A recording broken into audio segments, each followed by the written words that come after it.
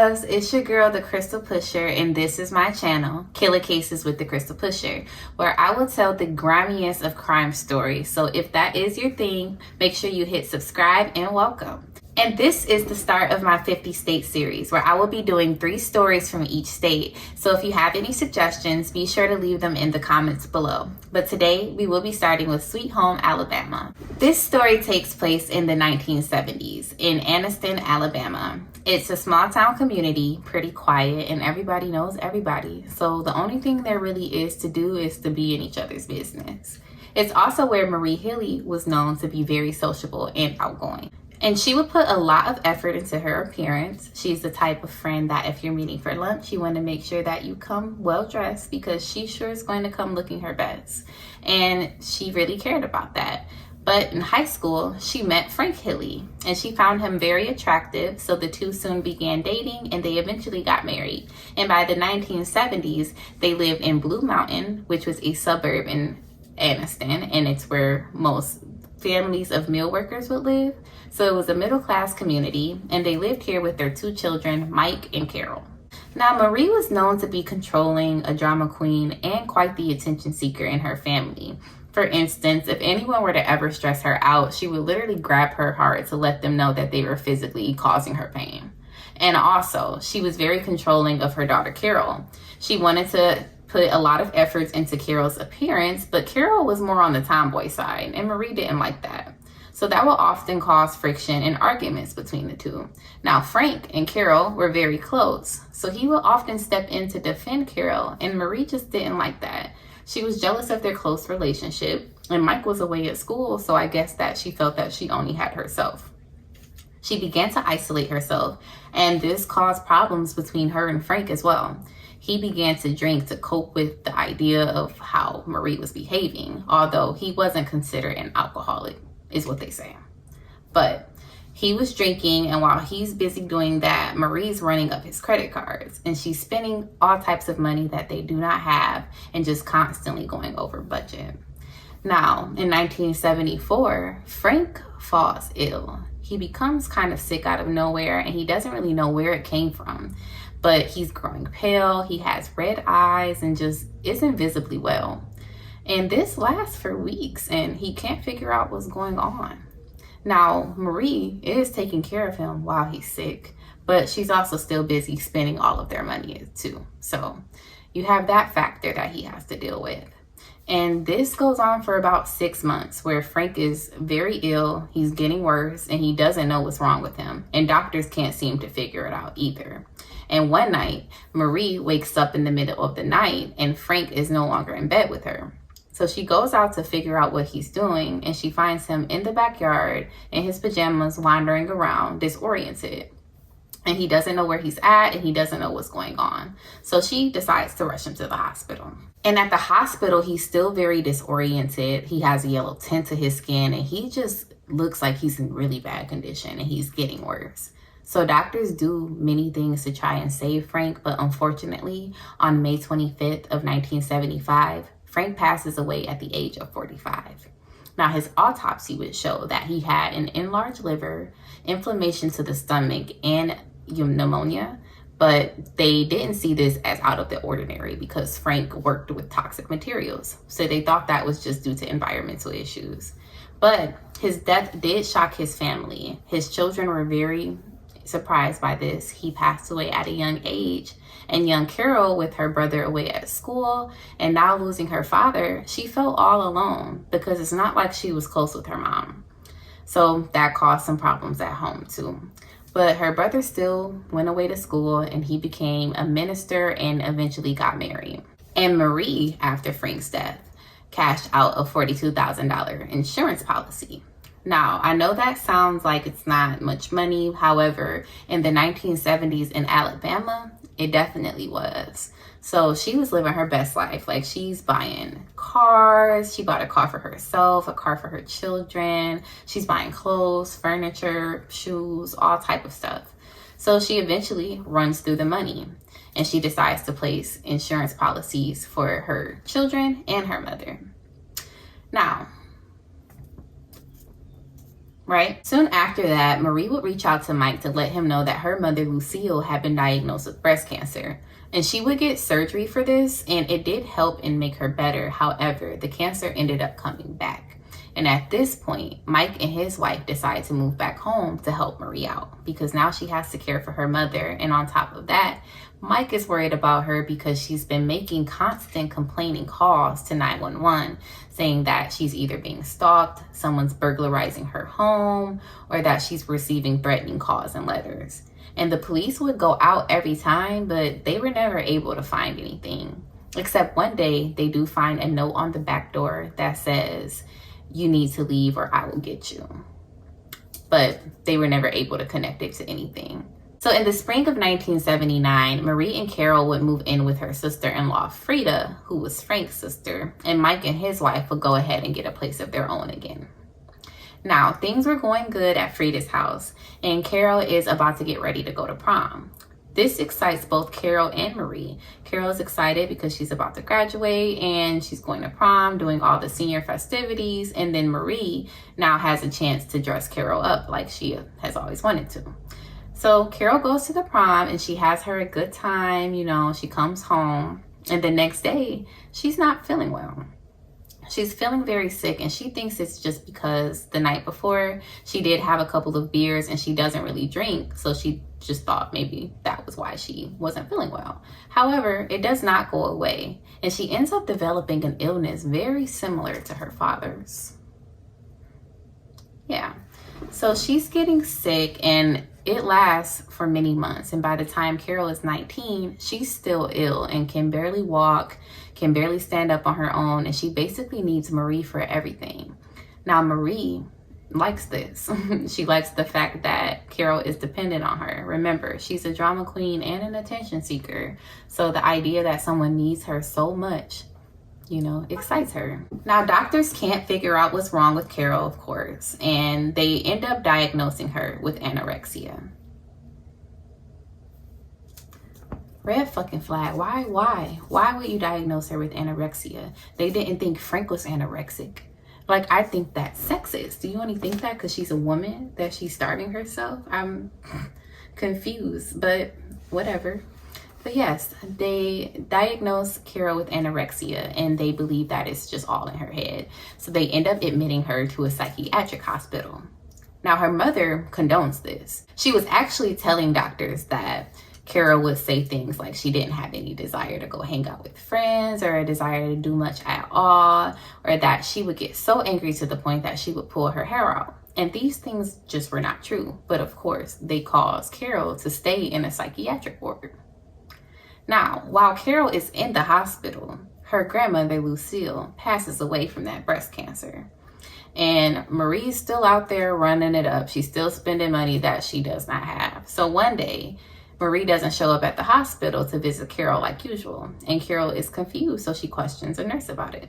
And the nurse tells her, "Oh, your mom's in jail." Like, jail?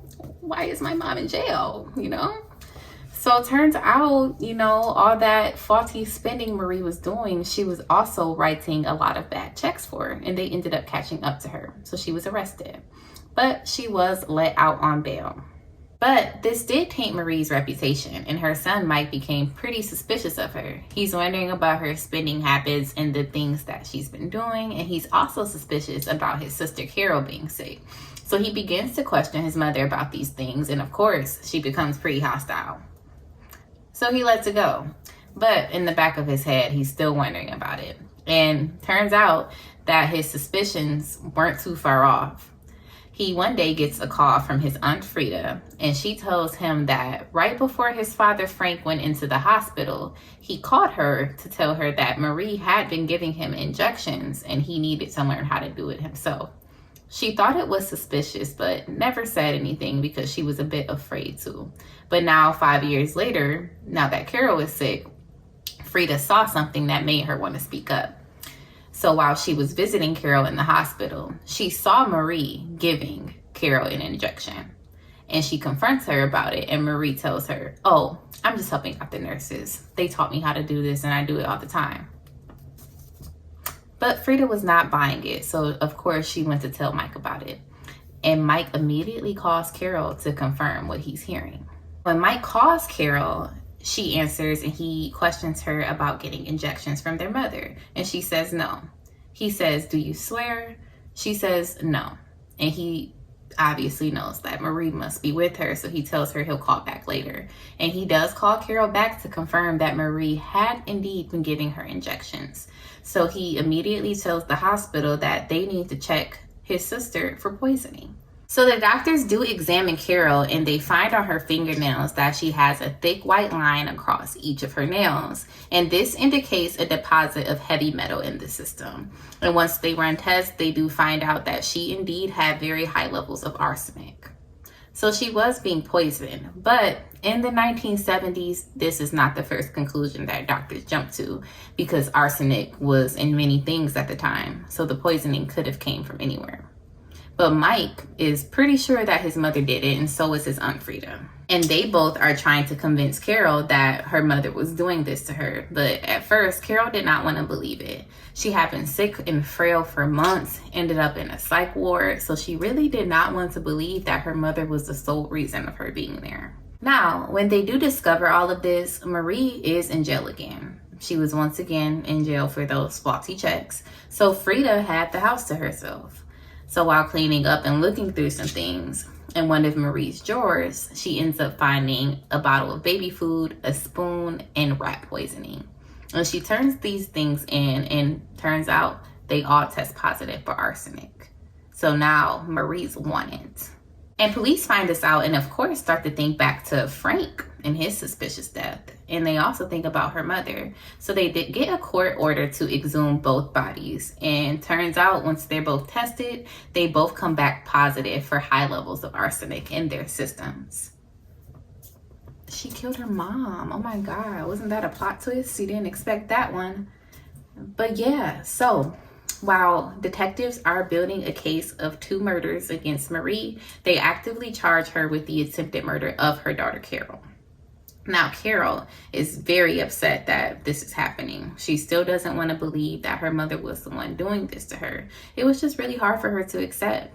But Marie, very calm in interrogation. She didn't show any sign of emotion, and she completely denied poisoning any of her family members. And she's very adamant to the fact that she was trying to help Carol.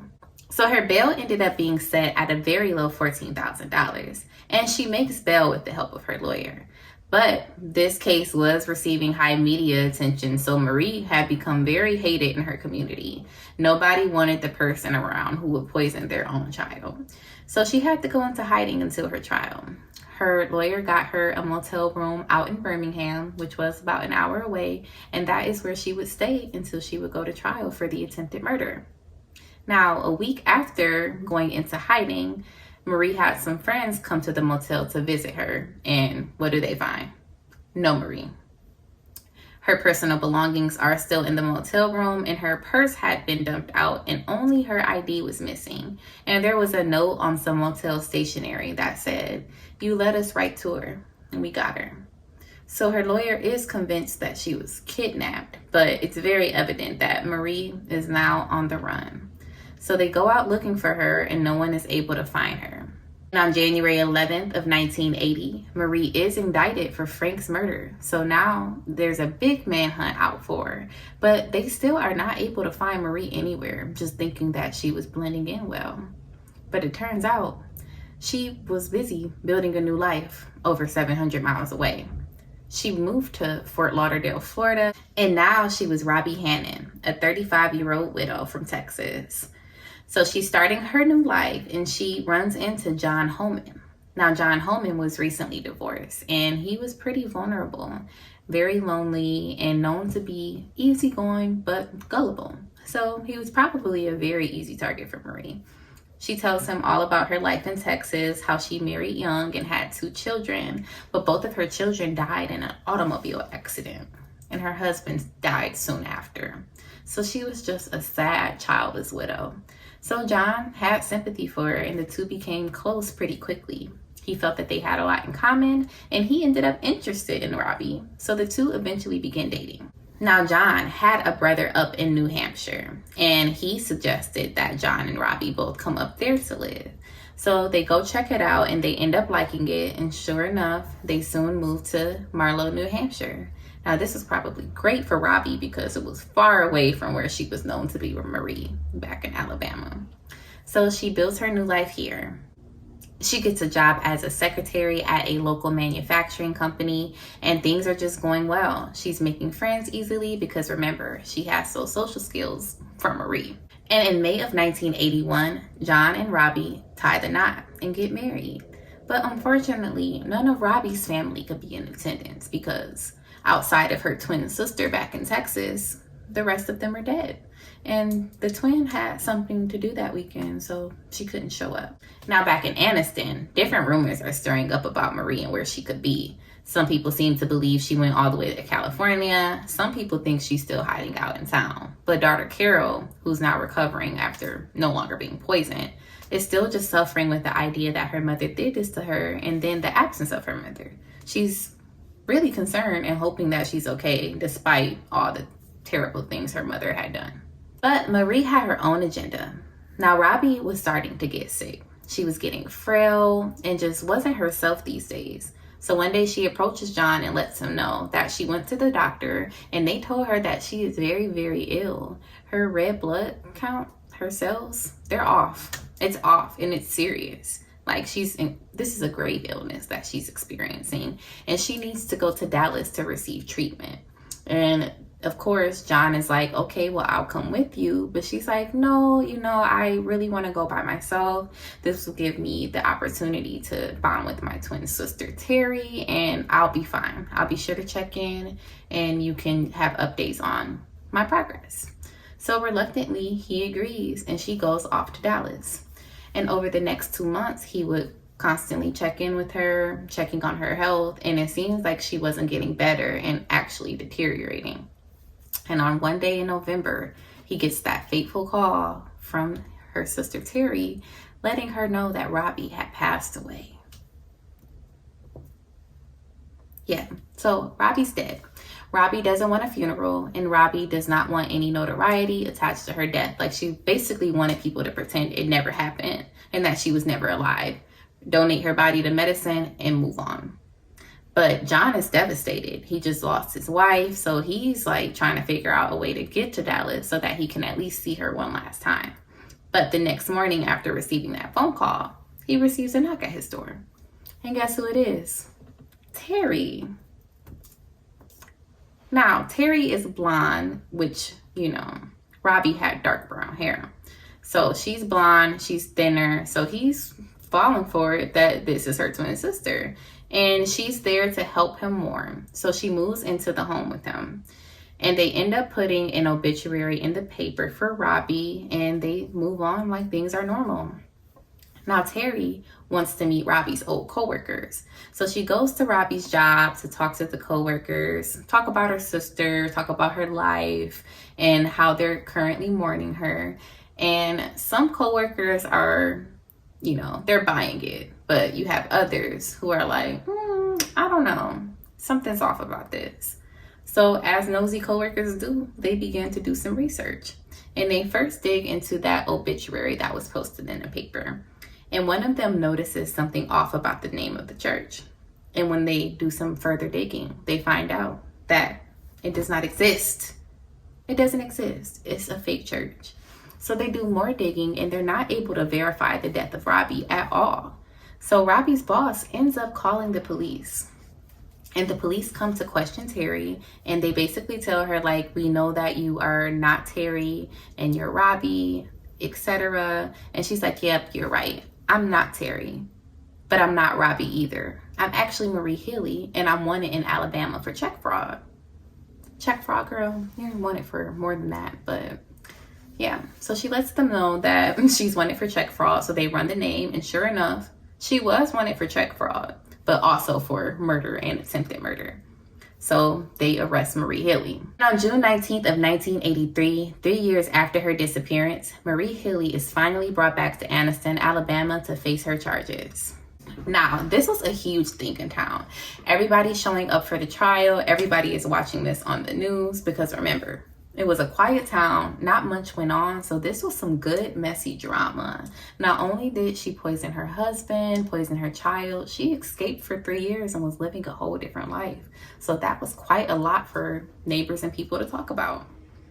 Now, Carol is still suffering with the idea of going through this with her mother, but she shows up to trial each day. And after a month-long trial, Marie is finally convicted of Frank's murder and the attempted murder of Carol. She receives a life sentence for Frank and an additional 25 years for the attempted murder of Carol. So you would think that the story is over, right? Wrong. Marie has more to do. So Marie goes to prison for a few years, and surprisingly, John sticks by her side. He fully supports her and even moved back to Alabama. So after a while, Marie is granted weekend passes. Of all people to grant a weekend pass to, why would you do it to the fugitive woman who escaped for 3 years? But yeah, she was granted weekend passes due to good behavior. So during that time, she would spend those weekends with John in a motel. You know, they'd hang out and she'd go back to prison. But one weekend, she tells John that she wants to go visit her mother's gravesite without him though, just by herself. And he respects that, so he allows her to go. And later that night, when he gets back to the motel, there's no Marie, but a note on motel stationery from her that says, "John, I hope you forgive me. Please give me an hour to leave town." So he ends up notifying police. And once again, there is a manhunt out for Marie because she did not return to prison. And once again, they are unable to find her. And now it's cold, it's rainy, and they're all like, "Come on, girl, we're trying to find you so we can go back home." But over these few days, they're unsuccessful. Except 4 days later, on February 26th at nighttime, they get a call from a frantic woman, and she calls into 911 saying that there is a woman outside crawling onto her porch on her hands and knees. She's torn, she's beaten, she's battered, she's bloody, she can barely stand and barely talk, and she's outside scratching at the door like a dog. So the lady was pretty freaked out by this. So when EMTs arrive, they find that this woman was indeed Marie Hilley. And they rush Marie to the hospital where she's treated for hypothermia. And while she's being treated for hypothermia, Marie dies of heart failure. That's a sad way to go out. Like, you cause all this chaos and you die of heart failure after only serving a few years in prison. Like, what? You know? But yeah. She dies of heart failure, and now that's the end of the story. So that's the story of Marie Hilley, the infamous Black widow who also poisoned other members of her family. And this is many of her looks here. So leave a comment and let me know what you think about Marie, and don't forget to leave those suggestions, like the video, and subscribe. And thanks for tuning in.